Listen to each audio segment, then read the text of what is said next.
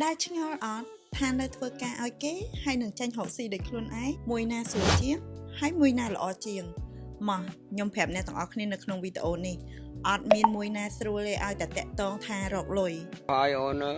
យធ្វើអម៉េចដឹងកាលបានទូរស័ព្ទប្រើវិញ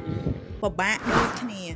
ការខ្ញុំនៅធ្វើការអ្នកទាំងអស់គ្នាខ្ញុំមានក្តីសម័យចង់ងើបពីគេងមកម៉ោងប៉ុន្មានក៏បានដែរដល់អត់មានសំឡេងទូរស័ព្ទរោអត់មានអាឡាមក្លុកហើយអត់មានណាគេមកបញ្ជាខ្ញុំឆ្វេងស្ដាំអូត្រូវធ្វើនេះអូត្រូវធ្វើនោះឬមួយក៏ត្រូវមើលទឹកមុខបុគ្គលិកដែលធ្វើការដូចគ្នាថ្ងៃណាដែលយើងអត់សប្បាយចិត្តអីចឹងទៅត្រូវទៅមើលទឹកមុខគេឬមួយក៏គេមើលទឹកមុខយើងអីគឺអត់ទេហើយខ្ញុំតែងតែគិតថាខ្ញុំចង់ចេញរកស៊ីខ្លួនឯងប៉ុន្តែនៅពេលដែលចេញរកស៊ីខ្លួនឯងអូខ្ញុំចង់ប្រាប់អ្នកទាំងអស់គ្នាថាចេះ100បញ្ហាគឺរត់មករកយើងតែម្នាក់ឯងហ្មងអត់មានអ្នកណាគេនៅចាំដោះស្រាយឲ្យយើងឯងគឺយើងខ្លួនឯងជាអ្នកដោះស្រាយទៅលើបញ្ហា business របស់យើងព្រោះដោយសារអីយើងខ្លាយទៅជាបុគ្គលិកហើយនឹងអ្នកដែលគ្រប់គ្រងនៅក្នុង business នេះ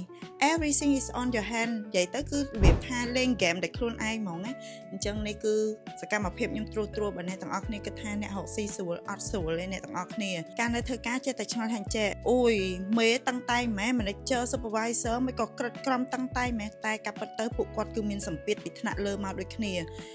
ខែនេះរកចំណូលអត់បានចូលក្រុមហ៊ុនហើយក្រុមហ៊ុនត្រូវចំណាយអញ្ចឹងពួកគាត់ត្រូវតាំងតែងដាក់យើងជាបុគ្គលិកហើយអញ្ចឹងបើសិនជាអ្នកទាំងអស់គ្នាបច្ចុប្បន្ននេះកំពុងតែជាបុគ្គលិកបម្រើការនៅកន្លែងណាក៏ដោយមានក្រុមហ៊ុនល្អ